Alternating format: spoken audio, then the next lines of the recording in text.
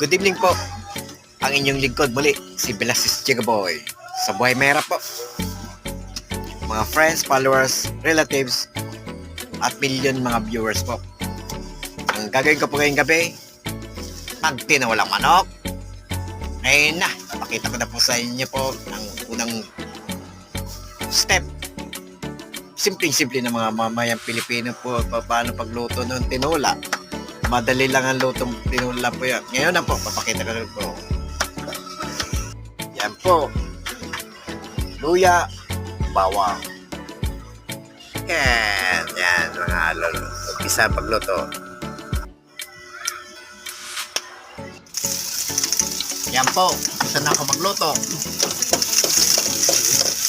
Alalo kay mabilisan lang kasi madali lang naman maluto yung tinulang manok.